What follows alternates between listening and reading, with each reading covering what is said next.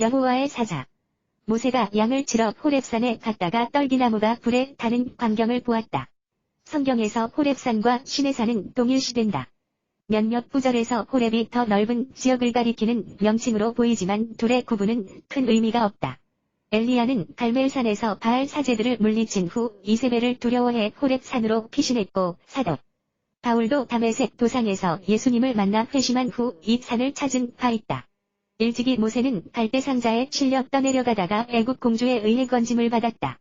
모세를 담았던 갈대상자는 노아의 방주와 동일하게 히브리어로 테바다. 저주의 물에서 건짐받은 자 모세는 모든 성도의 실존이다. 모세는 애굽 궁정에서 공주의 양자로 살면서 애굽의 학술을 다 배웠고 말과 행사에 능했다. 그러나 모세는 애굽에서 살인을 저지르고 미디안 땅으로 도피해 40년째 목축을 하면서 살고 있었다. 목축은 애굽인들이 가증하게 여기는 일이었지만 애굽의 궁정에서 자란 모세가 그 일을 업으로 삼고 있었다. 모세가 놀란 것은 떨기나무에 불이 붙었지만 그 떨기나무가 소멸되지 않았기 때문이었다. 그래서 떨기나무가 어찌하여 타지 않는지 의아해하며 가갔다가 불꽃 속에 현현한 여호와의 사자를 보았다. 성경 기자는 그를 여호와의 사자 말라크 야훼라고도 하고 여호와 야훼라고도 하고 하나님 엘로힘이라고도 불렀다. 성경 기자가 다름 아닌 모세 자신이라는 점에서 이러한 호칭의 혼돈은 의미심장하다. 그렇다면 여호와라고도 하고 하나님이라고도 하는 여호와의 사자는 누구를 말하는가? 사사기에도 이처럼 여호와의 사자에 대한 호칭이 뒤섞이는 장면이 있다. 기드온과 삼손의 부모에게 나타난 여호와의 사자 역시 여호와, 하나님의 사자, 여호와의 사자 등 여러 호칭으로 불리고 있다. 하나님의 사자로 오신 하나님은 바로 성자 하나님인 예수 그리스도시다. 예수님은 2000년 전에 한 번 왔다 가신 것이 아니라 역사 내내 우리와 함께 하고 계시다. 예수 그리스도의 십자가 또한 2000년 전에 한 번 골고다에 선 것이 아니라 창세 이래 역사 내내 서 있는 것이다. 따라서 모든 성도는 십자가에 의해 구원을 받고 있다. 예수님 이전에는 십자가가 아닌 다른 무엇에 의해 구원받은 것이 아니라 모든 성도가 동일하게 십자가에 의해서 구원받고 있는 것이다. 예수 그리스도의 대속 떨기나무에 불이 붙고 있었지만 그 떨기나무는 타지 않았다. 성경에서 불은 심판의 상징이다. 히브리서 기자는 하나님은 소멸하는 불이라고 했다. 정결한 눈을 가지신 하나님은 패역을 참아 보지 못하시며 악을 보면 돌격하여 소멸시키는 분이다. 거룩하신 그분은 그분의 본질에 거스르는 것들은 모두 태워버리신다. 그런데도 이토록 우리를 오래 참으시는 이유가 무엇인가? 그건 하나님의 거룩하신 이 그리스도 예수께서 우리를 위하여 하나님의 진노를 대신 받으셨기 때문이다. 불타는 떨기나무에 나타난 여호와의 사자는 하나님의 진노를 대신 받는 예수 그리스도의 모습이다. 모세는 죽기 직전에 고별 설교에서 가시떨기 나무 가운데 거하시던 자의 은혜를 언급했다. 모세는 호렙산에서 만난 여호와의 사자의 계시와 은혜를 평생 잊지 않고 있었던 것이다. 가시떨기 나무는 창세기 3장의 저주를 생각나게 한다. 내가 내 아내의 말을 듣고 내가 너더러 먹지 말라 한 나무 7과를 먹었. 은즉 땅은 너로 인하여 저주를 받고 너는 종신토록 수고하여야 그 소산을 먹으리라. 땅이 내게 가시덤불과 엉겅퀴를 낼 것이라. 창 3:17-18 하나님의 저주를 상징하는 가시덤불 속 그 저주의 자리에 우리를 구원하시는 복된 대속물 예수 그리스도께서 들어오신 형국이다.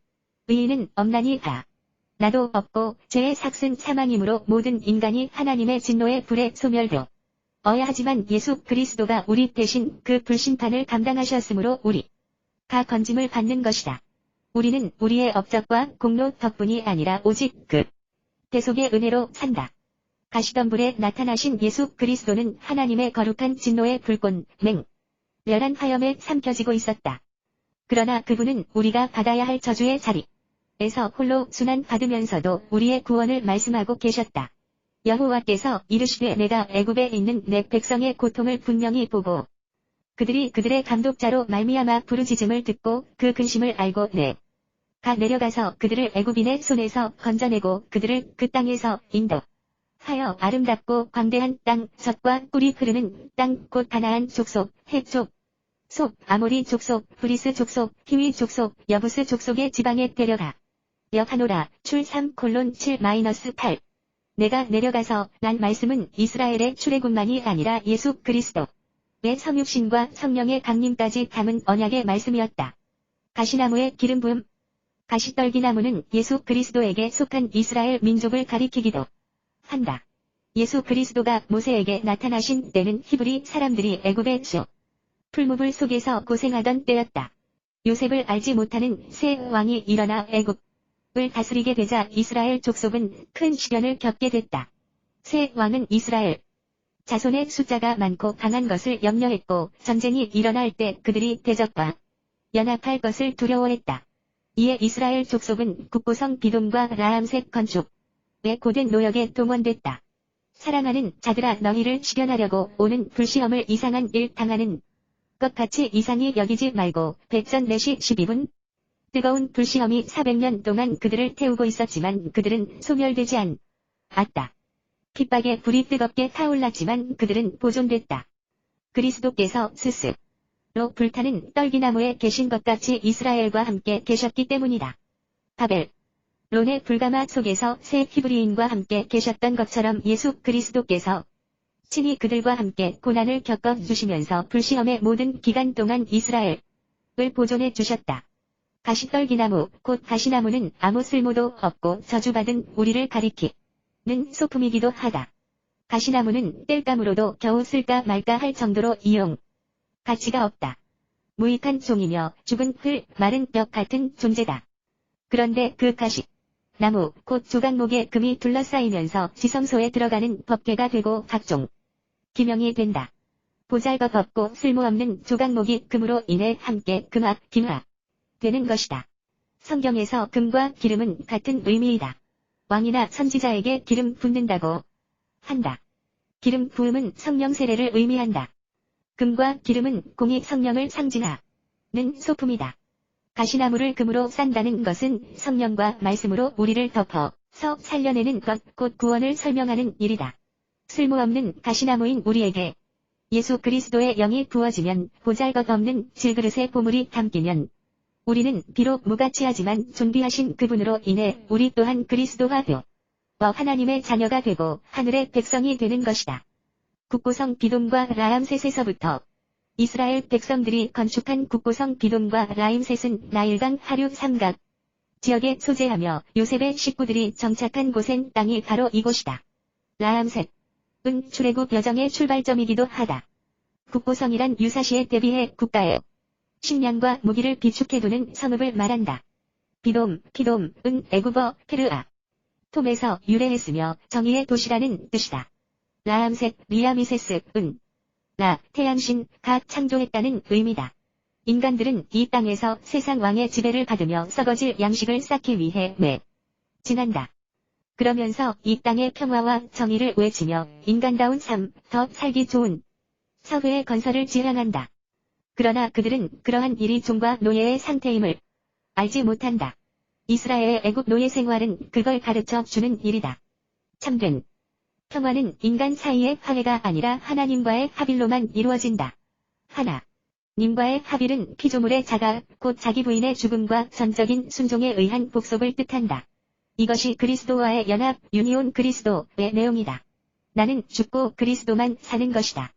창조주의 한몰이 피조물의 지복임을 깨닫는 일은 지극히 어렵다.